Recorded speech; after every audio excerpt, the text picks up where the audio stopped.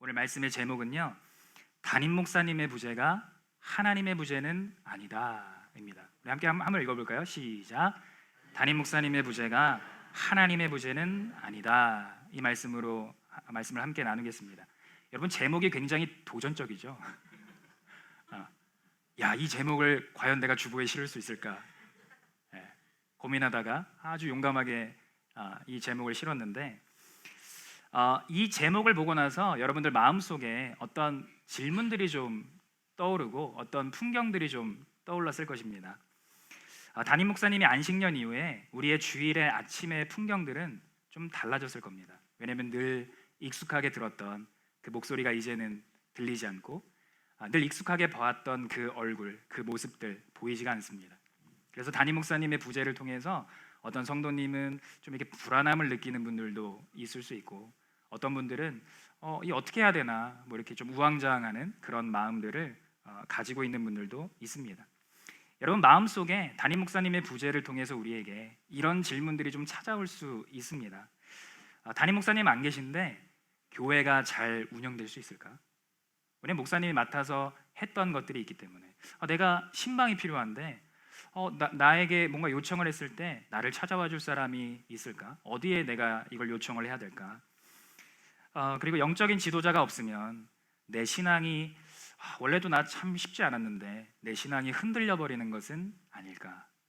여러분, 담임 목사님의 부재 앞에서 참 많은 질문들이 우리 안에 자리 잡고 있을 수 있다는 것입니다. 여러분, 그런데 본문에 나오는 이스라엘 백성들도 이와 비슷한 고민과 질문들을 던지고 있었습니다. 여러분, 사무엘상 4장 오늘 본문에 보면요, 이스라엘 백성들이 전투를 하는데 전투에서 패하게 됩니다. 근데 단순히 가위바위보 해서 졌어 이런 게 아니었고 4천 명가량이 되는 사람들이 정말 소중한 생명을 잃어버리게 되는 그런 일들이 오늘 본문 사무엘상 4장에 펼쳐지고 있다는 것입니다. 참 큰일이 났습니다. 마치 하나님이 안 계신 것 같은 그 큰일 앞에서 이스라엘 백성들은 어떻게 반응하고 있을까? 여러분, 그들이 두려움을 경험했습니다. 그래서 두려움 속에서 스스로 물어보고 있습니다. 우리가 왜 졌을까? 우리는 왜 패배했을까? 내가 하나님의 자녀인데, 하나님의 백성인데 이 전투에서 우리는 과연 왜 졌을까? 여러분, 그리고 나서 이스라엘 백성들이 곧바로 결론을 내리고 있습니다. 하나님이 없어서 그런 거야.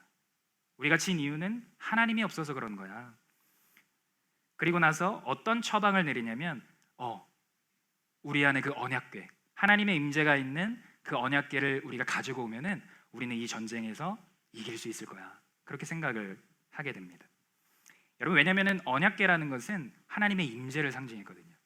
언약궤는 하나님의 법궤, 하나님의 궤라고도 하고 법궤라고도 하는데, 여러분, 그 안에는요 10계명 돌판도 있었고, 그 기적적으로 광야에서 이끄셨던 만나의 항아리, 그리고 아론의 쌍난 지팡이, 그런 것이 들어있던 것이 언약궤입니다. 그러니까 하나님의 임재가 있는 곳. 그래서 이스라엘 백성들은 언약궤를 가지고 오면 내가 이 전쟁에서 이길 수 있어, 이렇게 생각했다는 것입니다. 여러분, 그런데 언약궤를 가지고 왔어요. 첫 번째 전투에서 지고 언약궤를 가지고 왔는데 그 뒤의 스토리 우리가 오늘 본문에서 읽었습니다. 보니까 그 결과가 어땠는가 보면 이들이 첫 번째 전투보다 훨씬 더 비참하게, 처참하게 그 전투에서 패했다는 것입니다. 언약궤를 가지고 왔는데 두 번째 전투에서 훨씬 더 처참하게 졌다는 것입니다. 심지어는요, 그 가지고 왔던 언약궤도 뺏깁니다. 그 언약궤를 가지고 왔던 제사장 2명, 홈리와 비나스는 생명을 잃게 됩니다. 그런 일이 지금 이 본문에서 일어나고 있다는 것입니다. 여러분, 이스라엘이 실패했던 이유가 무엇이었을까? 언약궤 가져왔는데 실패했던 이유가 무엇이었을까? 여러분, 그들의 마음속을 좀 이렇게 현미경으로 들여다보니까 그들의 마음속에요, 하나님에 대한 관심이 없더라고요. 하나님에 대한 관심이 없어요. 하나님의 임재를 상징하는 언약궤만 있으면 우리가 승리할 수 있어 라는 그 마음이 그들의 마음 가운데 자리 잡고 있었다는 것입니다. 단순히 나를 도운 하나님이라는 그 존재, 그 언약궤, 그것만 내 옆에 있으면 나는 이길 수 있어. 첫 번째 전투에서 4천 명 죽었는데 언약궤만 있으면 그 다음 거 이길 수 있어. 그 마음이 그들의 마음속에 있었다는 것입니다. 형식은 있었는데 관계는 없었던 것, 그것이 본문에서 이스라엘 백성들이 언약궤를 들고 왔지만 실패했던 그 모습, 그걸 통해서 우리에게 하나님께서 말씀해 주는 내용이라는 것입니다. 아, 형식은 있는데 안에 관계가 없으면 실패하는구나, 죽는구나, 망하는구나 말씀해 주고 있습니다. 여러분, 제가 최근에 유튜브 한 영상을 보면서 우리 공동체가 처해 있는 이 상황에 대해서 이렇게 탁 떠오르게 됐어요. 어떤 유튜브 영상이었냐면 한 유튜버가 잠실에서 속초까지 리어카를 끌고 340km의 길을 떠나게 됩니다. 짐을 한가득 싣고 이제 출발을 하게 돼요. 엄청난 도전이죠. 우리가 평소에 그렇게 리어카를 끌 일이 없는데 뭐 캠핑 장비를 다 챙겨서 떠납니다. 동생이랑 같이 떠났어요. 너무 짐이 무거우니까. 그런데 그 유튜버가 그 길을 걸어가면서 서로 대화를 하는데 이런 대화를 합니다. 리어카를 끌고 가는 그 길이 어떨 때는 오르막길이 있을 수도 있고 어떨 때는 내리막길이 있을 수도 있잖아요. 그러니까 우리도 계단을 올라가면서 내려가면서 느끼지만 다른 근육을 쓰잖아요. 근데 그 유튜버가 동생한테 이렇게 얘기하는 겁니다. 앞쪽 종아리에 쥐가 날 것 같아. 리어카 끌 때 너무 힘들어. 그리고 내가 하나 느낀 게 있어. 야, 이거 내가 평소에 안 쓰던 근육이네? 그런 말 하는 거야. 이거 평소에 안 쓰던 근육이야. 리어카 막 180km 정도, 킬로그램 정도 되는 리어카를 등에 딱 대고 이 밑으로 내려갈 때 그 근육, 안 쓰던 근육이네. 참 새로운 자극이다. 이런 대화를 하더라고요. 여러분, 누가 평소에 리어카를 그렇게 끌고 가겠습니까? 제가 이 영상을 보면서 그 대화 속에서 한 가지의 말이 마음에 남더라고요. 어떤 말이 남았냐면 이게 평소에 안 쓰던 근육이네. 이 말이 남았어요. 평소에 안 쓰던 근육이네. 여러분, 우리도 평소와 다른 새로운 길을 떠날 때 우리가 평소에 의지하던 것이 우리 가운데 사라질 때 우리는 우리의 의도와는 상관없이 안 쓰던 근육을 쓰게 되는 그런 현장으로 이렇게 내몰릴 때가 있습니다. 여러분, 담임 목사님이 부재하는 이 시간을 통해서 여러분, 우리는 평소에 안 쓰던 근육을 쓰고 있는 것 같아요. 평소에 안 쓰던 근육. 그것이 어떤 사람에게는 기도라는 근육일 수도 있어요. 그게 어떤 사람에게는 섬김이라는 근육일 수 있습니다. 그게 어떤 사람에게는 믿음의 도전이라는 근육일 수 있습니다. 여러분, 우리 공동체 지금 목사님의 부재를 지나가면서 그 근육들을 써가면서 어떤 분들은 쥐가 나시는 분도 있어요. 안 쓰던 근육이기 때문에 아파가지고 너무 힘들다, 불편하다 하시는 분들도 있습니다. 여러분, 평소에 안 쓰던 근육을 쓰다 보니까 실력이 탄로나기도 합니다. 제가 그렇습니다, 여러분. 제가 주일 설교를 이렇게 1년에 2번밖에 안 했거든요. 그래서 지금 한 달인데 벌써 2번 하잖아요, 지금. 한 주 한 주 하면서 벌써 1년치를 다 했는데 주일 설교를 준비하면서 새로운 부담감을 경험하게 됩니다. 여러분들도 마찬가지일 겁니다. 성도님들도 새로운 그 근육들을 쓰고 있어요.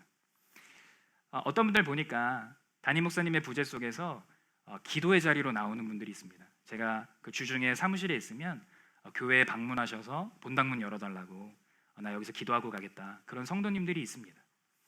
그리고 어떤 분들은요, 평소보다 더 많이 교회에 찾아와서 교회 구석구석을 청소하고 마치 뭐 대청소하는 것처럼 내 집보다 더 깨끗하게 그렇게 이렇게 섬기시는 분들도 보게 됐어요.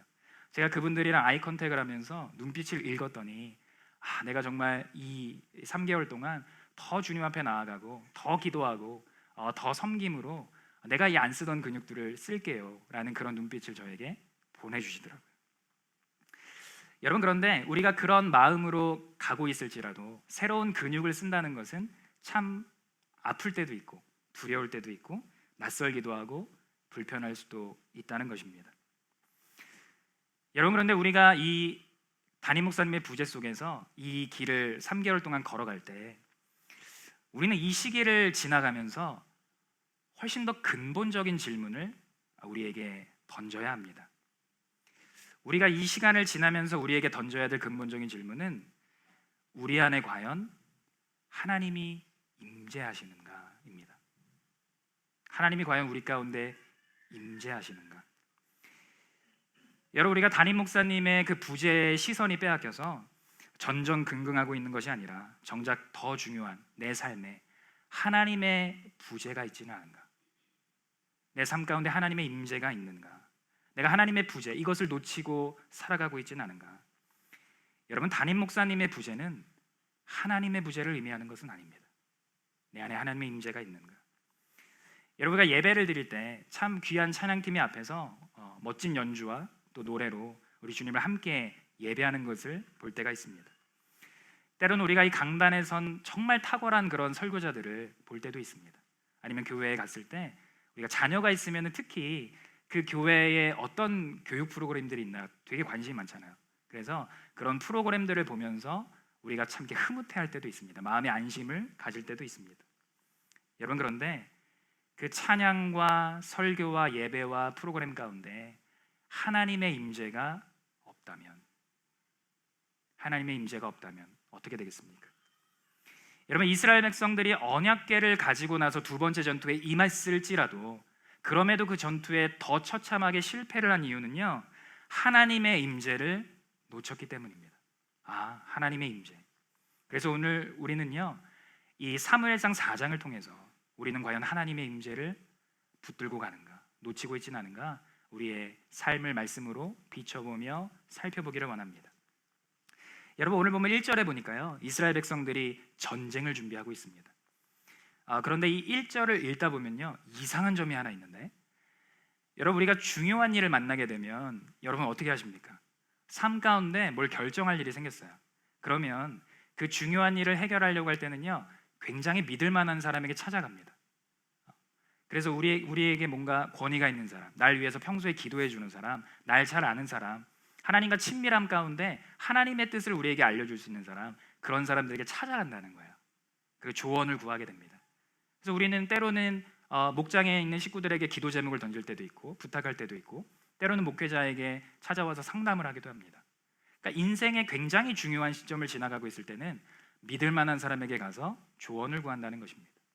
여러분, 그런데 그런 뭔가 직장을 결정하거나 그런 중요한 일들도 그렇게 결정하려고 하는데, 하물며 여러분, 우리의 생명이 왔다 갔다 하는 일이라면, 내 목숨이 왔다 갔다 하는 일이라면 여러분, 우리가 어떻게 하겠습니까? 정말 믿을 만한 사람에게 찾아가지 않겠습니까? 그런데 오늘 보면 1절에 보면요, 정말 이상한 점 하나는 이 이스라엘 백성들이 생명이 왔다 갔다 하는 전쟁을 앞두고도 하나님께 물었다는 장면이 없다는 것입니다. 여러분, 당시에는요, 사실 하나님의 말씀이 굉장히 희귀한 시대였습니다. 그런데 하나님께서는 어린 사무엘을 선지자로 세우셔서 사무엘을 통해서 말씀하셨거든요. 그러니까 하나님의 말씀을 얼마나 잘 받아서 전달했는지 사무엘의 말이 땅에 떨어지지 않았다고 사무엘상 3장에서 기록하고 있습니다.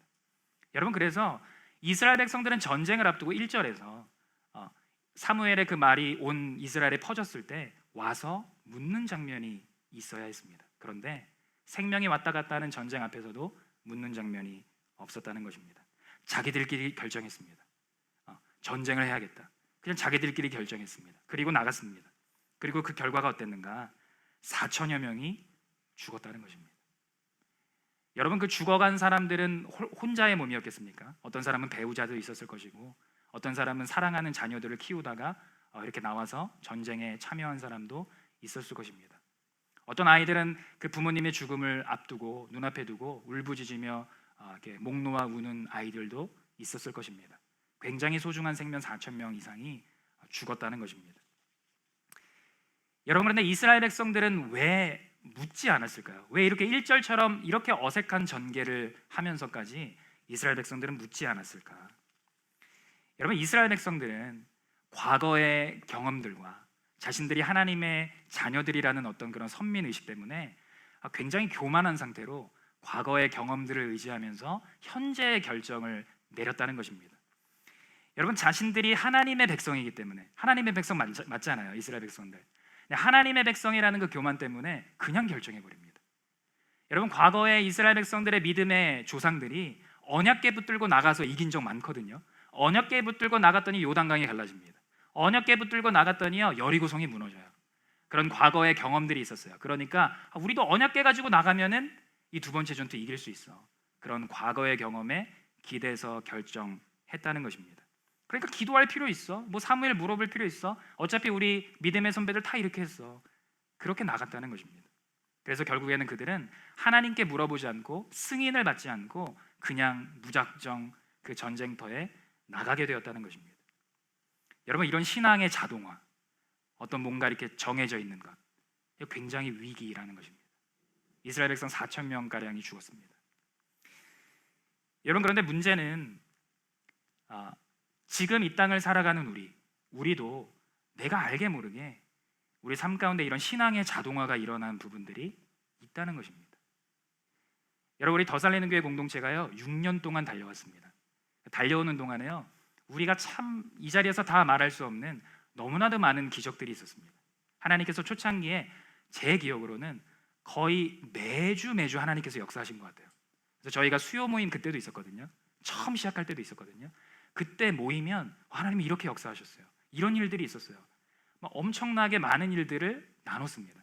그리고 그 자리에 함께하는 성도님들도요 그냥 빈손으로 오지 않았어요. 자기의 삶 가운데 역사하셨던 하나님의 그 간증들, 그거 다 들고 왔습니다. 그래서 나누다 보니까 나눔이 너무 풍성한 거예요.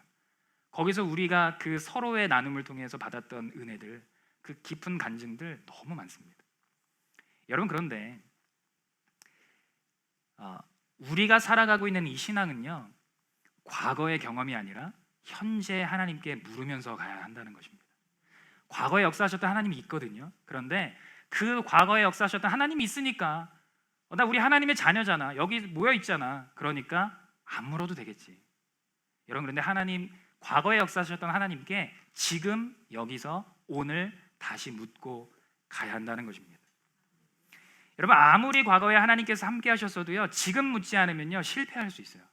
그 오늘 이스라엘 백성들이 사무엘상 4장에서 보여주고 있는 내용이라는 것입니다. 하나님 날 무조건 도와주실 거야. 하나님 나 사랑하신다며, 나 하나님의 백성이라며, 자녀라며, 나 구원 그 고백했어.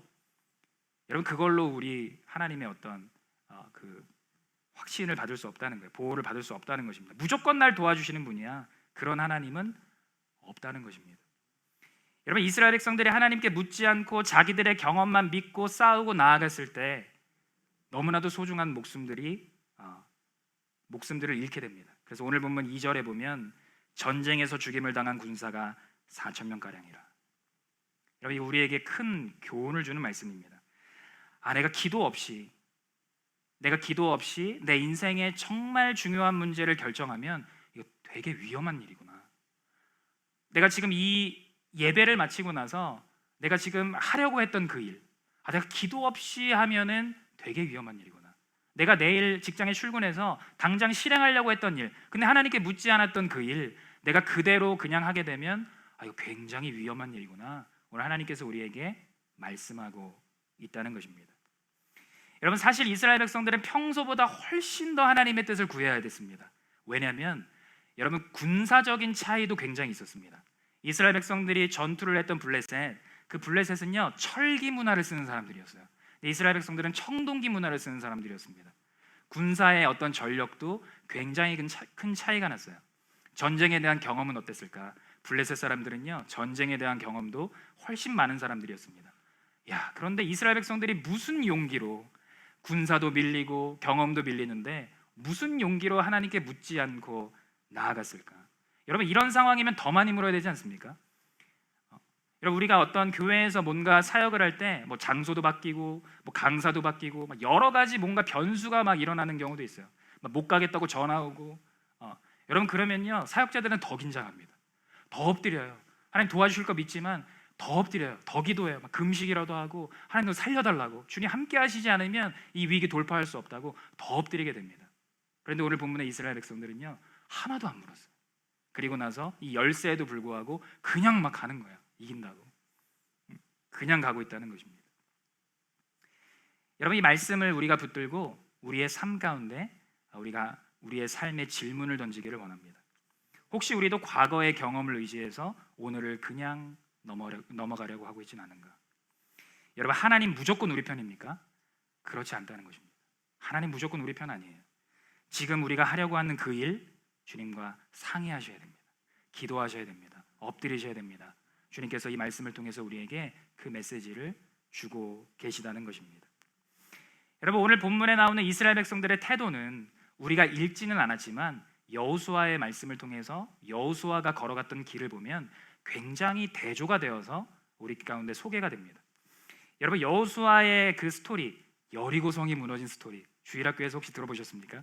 여리고성이 무너진 스토리. 지지난주인가 영유아부에서 여리고성이 무너진 스토리를 전도사님이 이제 말씀을 전했다고 하는데, 방석을 이렇게 쫙 세워놓고 방석을 탁 던져가지고 여리고성이 탁 무너지는 거를 재현을 했었대요.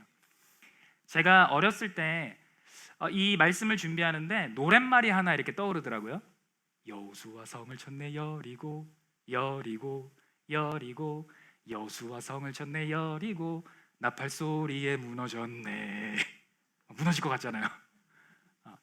여러분 여호수아가 언약궤를 들고 제사장들이 여호수아가 그 여리고성을 돌았을 때요, 여리고성은요 뭐 무력으로 무너지지 않았어요. 그냥 막 돌고 돌고 돌고 순종했더니 와 할 때, 나팔 불면서 와 할 때 무너졌거든요. 어마어마한 성벽이었습니다. 여러분 그런데 그 여호수아는 그냥 한 게 아니라 하나님께서 그 전에 말씀하셨어요. 여호수아 5장에 보면 너네 할례를 행하라. 할례를 행했고요. 유월절을 지켜라. 유월절을 지켰고요. 여호와의 군대 장관이 왔을 때 엎드리면서 주님이 어떻게 하라고 하시는지 그 전략을 다 들었습니다. 그리고 그대로 갔더니 그 여리고성이 와 할 때 무너졌다는 것입니다. 여러분 이걸 보면요 우리가 중요한 거 하나 알 수 있습니다. 신앙이라는 것은 형식이 아니구나. 예전에 했던 그 경험, 그 형식이 아니구나. 신앙은 관계구나. 여러분 관계는요 매일 확인하잖아요. 여보 나 사랑해? 매일 하잖아요. 관계는 매일 확인하잖아요. 그러니까 신앙은 형식이 아닙니다. 관계라는 것입니다. 공식처럼 그냥 적용할 수 있는 것이 아니라는 것입니다. 여러분 4,000명가량이 전사한 현실 속에서 더 큰 문제는 뭐였냐면 이들은 자신들이 왜 패배했는지를 깨닫지 못했다는 것입니다. 여러분 그래서 이스라엘 백성들은 그걸 깨닫지 못하니까 잘못된 해결책을 다시 한번 들고 옵니다. 어떤 결정을 했는가? 오늘 보면 3절에 보면 이스라엘 장로들이 이렇게 말합니다. 어째서 우리가 블레셋에게 졌을까? 하나님의 언약궤를 가져오면 이길 거야. 그런 결론에 다다릅니다. 우리 블레셋에 졌어. 주님 우리를 도와주십시오. 언약궤 가져올 테니까 주님 우리를 도와주십시오. 주님 우리를 도와주십시오. 여러분 사실 이 말 앞에는요 괄호가 하나 쳐져 있습니다. 좋은 말이 하나 써 있는데 이렇게 써져 있습니다. 주님 좋은 말로 할 때 우리를 도와주십시오. 좋은 말로 할 때 도와주십시오. 언약궤 갖고 올 때니까 좋은 말로 할 때. 여러분 이스라엘이 전쟁에서 졌습니다. 4,000명가량이 죽었는데 그럼 무엇을 해야 됐을까? 여러분 우리가 우리 인생에서 뭐 4,000명이 죽는 일은 없지만 만약에 뭐 4천만 원을 잃어버렸다고 한번 해보는 거예요. 엄청난 손해를 봤어요. 뭐 인생에 타격이 왔어요. 여러분 이럴 때 우리는 하나님 앞에 엎드려서 무엇을 기도합니까? 주님 이 일이 저에게 왜 일어났습니까? 제가 뭐 잘못한 건 있습니까? 주님의 뜻은 무엇입니까? 제가 불순종한 길로 갔습니까? 우리는 물을 것입니다. 근데 이스라엘 백성들은요 그렇게 하지 않았어요. 스스로 해결책을 찾아서 언약궤 가져오면 언약궤 하나님의 임재를 상징하니까 그거 가지고 오면 되겠지. 좋은 말을 할 때 주님 도와주시겠지. 언약궤 가져왔으니까 이런 결정했다는 것입니다. 여러분 이들이요 이 일을요 얼마나 확신을 가지고 했는지 아십니까? 이게 그냥 언약궤 가져오면 되지 않을까 이게 아니었어요. 얼마나 확신이 있었으면요 여러분 5절에 보니까 언약궤를 가져오니까요 이들이요 언약궤를 봤어. 이야 이긴 거예요. 이제 4,000명 죽은 건 과거예요. 언약궤가 제사장이 언약궤를 가져오고 있어요. 우와 이겼다. 그 확신으로 땅이 울렸다고 합니다. 여러분 얼마나 큰 소리를 냈냐면요 블레셋 사람도 그걸 듣고 눈치를 챘어요. 무슨 일이야? 블레셋 사람까지 알 정도로 막 진동할 정도로 외쳤다는 거예요. 그러니까 이들은 확신이 있었어요. 언약궤 가져오면 이기겠구나. 확신이 있었다는 것입니다. 그러니까 마치 이 언약궤가 부적인 것처럼 이거 있으면 우리 이겨. 여러분 그런데 우리가 계속 살펴보는 것처럼 신앙은요 형식이 아니라 관계라는 것입니다. 관계. 여러분 오늘날은 우리가 무엇을 이렇게 언약궤처럼 취하고 있을까 고민을 해봤어요. 이럴 때가 있는 것 같더라고요. 주님 헌금 평소보다 많이 낼 테니까 좋은 말로 할 때 도와주세요. 주님 내가 예배 평소보다 더 많이 드릴 테니까 좋은 말로 할 때 도와주세요.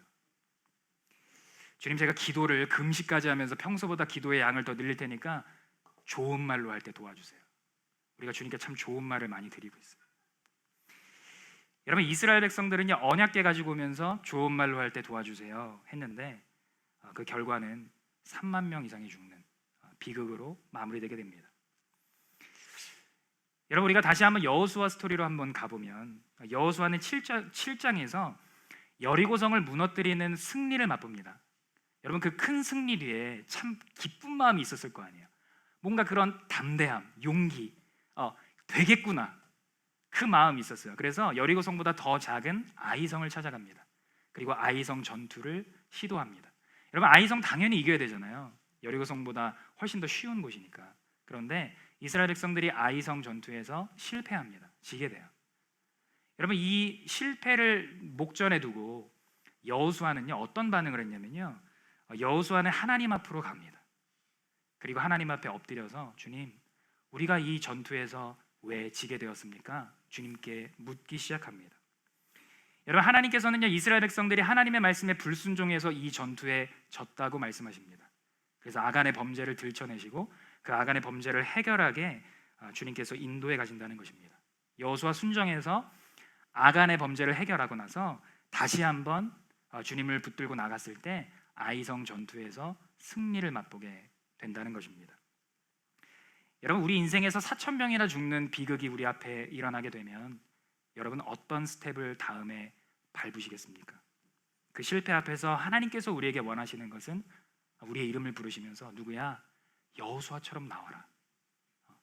그냥 언약궤 가지고 오면 안 돼. 그거 방법 아니야. 그냥 언약궤 가지고 오지 말고 너 나에게 나와야 돼. 내게 엎드려서 내가 너에게 이 전투에서 왜 실패했는지를 내 음성 들어야 돼. 주님께서 우리에게 말씀하신다는 것입니다.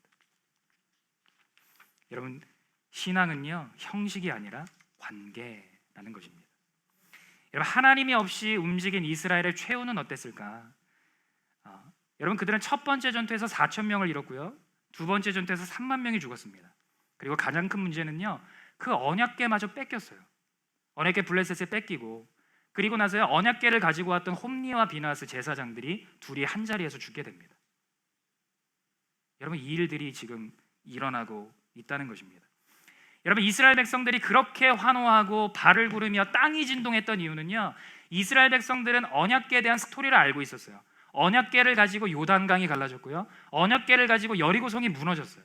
그러니까 언약궤가 들어올 때 자신들의 삶 가운데도 우리가 지금 마주하고 있는 이 4,000명 죽었지만 앞으로 일어나게 될 전투에서는 여리고성이 무너진 것 같은 하나님의 기적이 우리 가운데 일어나겠구나, 이 확신이 그들 가운데 있었기 때문에 환호성을 질렀다는 것입니다. 여러분, 그런데 큰 차이가 있습니다. 뭐냐면 여리고성 전투에 임했던 사람들은요 제사장들이 언약궤를 들고 여리고성을 돌 때요 하나님께서 그들에게 어떻게 돌아야 되는지를 알려주셨어요. 언약궤를 들고 돌아라. 그래서 그때는 언약궤는 단순히 하나님의 임재를 상징하는 어떤 성물이 아니라 실제로 하나님의 임재가 있는 언약궤였습니다. 실제로 하나님의 임재가 있는 언약궤를 들고 도니까요 그 성이 와르르 무너졌다는 것입니다. 여러분, 블레셋도요 이걸 알았어요. 블레셋도 언약궤가 들어오니까 긴장하기 시작합니다. 야, 큰일 났다. 왜냐하면 블레셋도 알았어요. 이스라엘 백성들을 강대국 애굽의 손에서 이끌어내신 그 하나님, 10가지의 재앙으로 애굽을 박살내고, 그리고 나서 이스라엘 백성들을 그 애굽에서 꺼내오신 그 하나님, 그 하나님에 대해서 블레셋도 알았기 때문에 지금 벌벌 떨고 있었어요. 여러분, 그런데 이 블레셋 백성들도요, 야, 그래도 우리가 여기에서 져가지고 얘네들의 종살이 하면 되겠냐, 대장부같이 일어나라. 그냥 자기들끼리 으쌰으쌰한 거예요. 저 언약궤 너무 무서운데 그래도 우리도 뭐 해봐야 되지 않냐, 대장부처럼 일어나라. 블레셋 사람들이 그렇게 일어났을 때, 그리고 나서 이스라엘 백성들은 다시 한번 붙었을 때 여러분 어떤 일이 일어났습니까? 하나님의 임재가 그 언약궤 가운데 있었다면 이스라엘 백성들이 대승을 했을 텐데, 이스라엘 백성들은 박살이 나버리고 언약궤는 빼앗기고 3만 명 죽고 제사장 홈니 비나스도 목숨을 잃어버리는 이런 비극을 이스라엘 백성들이 마주하게 됐다는 것입니다. 여러분, 신앙은 공식이 아닙니다. 형식이 아닙니다. 관계라는 것입니다. 여러분, 이스라엘 백성들은 하나님을 믿는다고 했지만 하나도 경외하지 않았어요. 하나도 신뢰하지 않았습니다. 그냥 이거 있으면 되겠지, 그 마음으로 갔다는 것입니다. 여러분, 하나님을 이용하는 신앙 반드시 무너집니다. 여러분, 이들이 진 것보다 더 큰 문제는 뭐냐면요, 하나님의 임재를 잃어버렸다는 것입니다. 그리고 하나님의 임재를 잃어버렸는데 잃어버린지를 모르고 있다는 거예요. 여러분, 교회의 진짜 위기는 무엇입니까? 교회의 진짜 위기가 담임 목사님의 부재입니까? 여러분, 교회의 진짜 위기가 담임 목사님 3개월 안식년 간 겁니까? 그렇지 않습니다. 여러분, 교회의 진짜 위기는요, 하나님이 임재하시지 않는다는 거예요. 교회의 진짜 위기는 하나님이 부재하신다는 겁니다. 그게 교회의 진짜 위기라는 것입니다. 여러분, 그래서 우리가 이 말씀을 통해서 우리의 삶을 들여다볼 때 내 삶 가운데 하나님의 임재가 없다면 여러분, 우리는 엎드려야 합니다. 하나님의 임재가 우리 가운데 느껴지지 않으면요, 우리는 결단하고 주님 앞에 정말 엎드려야 됩니다. 살려달라고. 여러분, 안 그러면요 3만 명 죽는 그런 비극으로 우리가 우리의 인생을 마칠 수도 있다는 것입니다. 여러분, 제가 이 말씀을 준비하면서 참 감사한 마음이 들었어요. 뭐냐면, 정말 하나님이 우리 공동체를 참 사랑하시는구나 생각이 들었습니다. 왜냐하면 저 같은 이런 연약한 설교자를 통해서도 하나님이 우리 공동체 가운데 이 말씀을 선포하기를 원하시는구나. 너희들 하나님의 부재를 두려워하고 있니? 아니면 담임 목회자의 부재를 두려워하고 있니? 저 같은 입술을 통해서도 이 말씀을 우리 공동체 가운데 주시기를 원하시는구나. 저 이거를 제가 깨닫고 나서요 참 감사하더라고요. 여러분, 우리가 이 시간 기도할 때, 우리 가운데 이 자리에서 함께 예배할 때 우리가 주님의 임재를 구하는 그 삶이 되기를 축복합니다. 여러분, 우리가 직장을 가야 됩니다. 학교를 가야 됩니다. 여러분, 하나님의 임재를 구하시기를 축복합니다. 여러분, 가정에서 위기가 있잖아요. 부부싸움 지금 10초 전이에요. 여러분, 하나님의 임재를 구하시길 원합니다. 하나님의 임재. 병상에 누워 있습니까? 하나님의 임재를 구하시길 원합니다. 여러분, 학교에서 학업하고 있을 때 하나님의 임재를 구하시길 원합니다. 우리 혼자 가는 싸움이 아니라 주님이 함께 하시는 그 싸움. 언약궤가 혼자 가는 게 아니라 주님의 임재가 있을 때 여리고성이 무너지게 됩니다. 여러분, 제가 지난 금요일부터 1:1 양육을 시작했어요. 제가 1:1 양육을 꽤 오래전에 한번 한 적이 있었거든요. 근데 이제 꽤 오랜만에 1:1 양육을 다시 한번 시작하게 됐습니다. 우리 교회 한 형제님을 양육하게 됐는데 양육한다는 소식을 듣고 나서 마음에 좀 부담이 있었어요. 왜냐하면 제가 일단 개인적으로 잘 모르는 형제님이었고, 그리고 제가 양육을 한 지 좀 오래돼가지고 다시 한번 책을 보고 이렇게 또 양육을 해야 되는구나, 다시 이렇게 되새김질해야 되는 시간이 필요했습니다. 그런데 제가 개인적으로 지금 이 담임 목사님 대행을 하고 있고, 또 주중에 또 신방을 하고 목양을 하고, 또 저희 가정에 있는 우리 사랑하는 시아를 또 돌봐야 되고, 이게 쉽지 않더라고요. 쉽지 않은데 그 가운데 이제 양육을 또 시작해야 되니까 마음에 좀 부담이 있더라고요. 그래서 제가 그 부담감을 가지고 이대로 있으면 안 되겠다 하고 이 본당으로 올라오게 됐습니다. 그 본당에 와서 하나님, 제가 이 양육 어떻게 해야 됩니까? 제가 가지고 있는 지식과 어떤 경험으로 이 양육을 할 수는 있는데, 하나님, 주님의 은혜가 필요합니다. 그냥 내가 아는 말을 나열하는 그런 시간이 아니라 정말 하나님 그곳에 임재하여 주시옵소서. 정말 주님 함께하여 주시옵소서.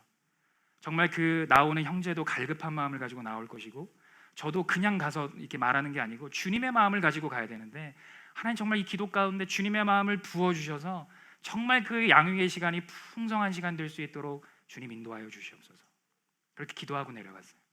그렇게 기도하고 내려가서 어색한 인사를 또 하고 안부를 묻고 우리가 이제 양육을 또 이렇게 시작했는데, 제가 양육을 하면서 참 마음속에 큰 감동이 있었습니다. 그 감동이 어떤 내용에 있는 감동인지는 정확히 모르겠어요. 정확히 기억은 안 나는데 제가 마음속에 울컥하는 게 있더라고요. 마음속에서 뭔가 이렇게 울컥하면서 눈물이 한 방울 나오려고 했어요. 참았어요. 참고 흘리진 않았지만 울컥하더라고요. 근데 이 감동의 이유가 뭘까 생각해 봤어요. 그런데 제가 그 감동한 이유는 그 자리에 우리 둘이 양육하고 있었는데 우리 둘만 있는 게 아니더라고요. 그 자리에 하나님이 함께 하신다는 확신이 딱 밀려오더라고요.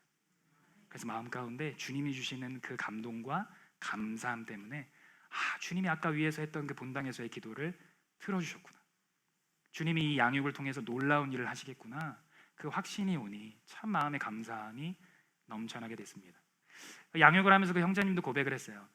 오늘 양육을 받았는데 너무 좋았다고, 너무 기쁜 시간이었다고, 감사한 시간이었다고. 그래서 그 고백을 나누고 그 다음에 양육을 기대하면서 또 이렇게 헤어지게 됐습니다. 여러분, 우리에게 중요한 것은 무엇입니까? 우리에게 중요한 것은요, 하나님의 임재라는 것입니다.